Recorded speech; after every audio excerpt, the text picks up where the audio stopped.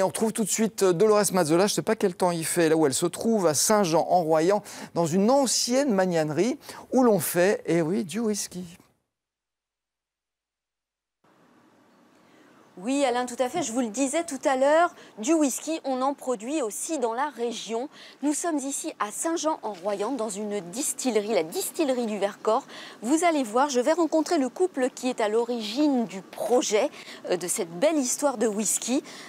Bonjour Anne-Hélène Cordel, Éric Cordel, bonjour, merci de nous accueillir ici dans le Vercors.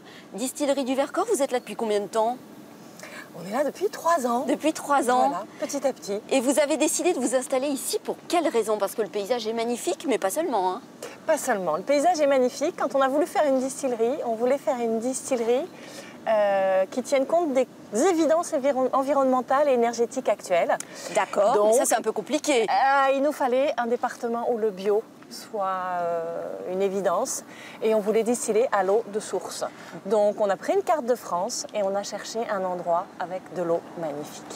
Bien, alors on va tout de suite rentrer, j'ai envie de dire, dans le cœur du réacteur. Vous allez nous montrer cette distillerie et on va en apprendre un petit peu plus sur les secrets de distillation du whisky, de fabrication. Allons-y. Alors c'est un petit peu bruyant hein, ici. Parce qu'il se passe une étape assez importante, on va expliquer. On va peut-être attendre que la machine se coupe. Alors, Éric, dites-moi, au départ, le whisky, c'est quoi? Alors, le whisky, c'est tout simple. En fait, il faut de l'orge maltée, donc du malt, on appelle ça. D'accord. Il faut de l'eau de source et il faut un petit peu de levure pour fabriquer l'alcool. Voilà, on va s'entendre un petit peu mieux. On va s'entendre un petit peu mieux parce que là, c'était quoi ce bruit? Alors en fait là, c'est la première étape pour fabriquer du whisky. C'est tout simple. On a des silos dans lesquels on stocke du malt. Alors le malt, déjà, qu'est-ce que c'est? C'est de l'orge maltée. Oui. Ça ressemble vraiment à l'orge, sauf qu'il a été germé et séché. Ça sent bon déjà. Et en fait, on peut goûter? Vous pouvez goûter, allez-y. Donc ça, c'est du malt. Et alors, une petite autre sorte de malt. Celle-ci, vous pouvez goûter aussi, très différente. Oui. Très différent, vraiment très différent. Est-ce que vous sentez le goût? Un petit goût de fumée. Eh bien, exactement. C'est du malt qui a été séché avec de la fumée. Donc, on appelle ça du malt tourbé, de la fumée de tourbe. Et c'est ça qui va faire du whisky tourbé. D'accord, je comprends. Donc, ce malt, on le stocke en silo. On le passe au moulin. Ça va l'écraser et faire ce que les Anglais appellent du grist. D'accord. Le grist, il faut que ça soit concassé un petit peu, mais pas trop. En fait, tout le procédé est simple, mais c'est chaque fois des petites étapes un peu précises. On va voir, hein, effectivement, tout à l'heure, que le procédé n'est pas si simple que ça, Éric, parce que faire du whisky, c'est quand même pas donné à tout le monde. On ne s'improvise pas fabricant de whisky, distillateur comme ça. Vous avez suivi une formation, oui. Alors, vous aviez une passion on a la chance en France d'avoir... Anne-Hélène, venez, rejoignez-nous. On a la chance en France d'avoir un gros savoir-faire, une culture, une tradition de fabrication d'alcool, de vin, mais aussi de spiritueux. Et donc, il y a des filières de formation professionnelle. Notamment dans l'ouest de la France, du côté de Cognac. Et ça permet de parfaire un petit peu son apprentissage, de parfaire la théorie. Voilà. Vous n'avez pas eu des petits moments de découragement? Parce que 3 ans, vous n'avez pas encore fait votre première cuvée, on va dire. Hein. C'est pas encore embouteillé. Des moments de découragement, forcément, mais tellement envie de le faire.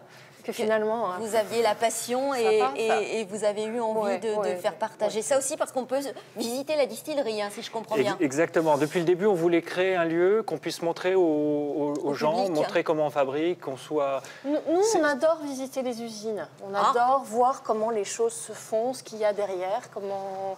Et il était évident qu'en construisant quelque chose comme ça, on avait envie de montrer, on avait envie de partager. Alors moi j'ai une question et puis après on ira voir un petit peu ce qui se passe là-haut, parce que là moi ça m'intrigue. J'ai compris que le whisky c'était une céréale au départ, voilà. Mais ici on ne fabriquait pas du whisky. C'était quoi ce bâtiment avant? Une magnanerie, je crois. Alors il y a eu plein de choses.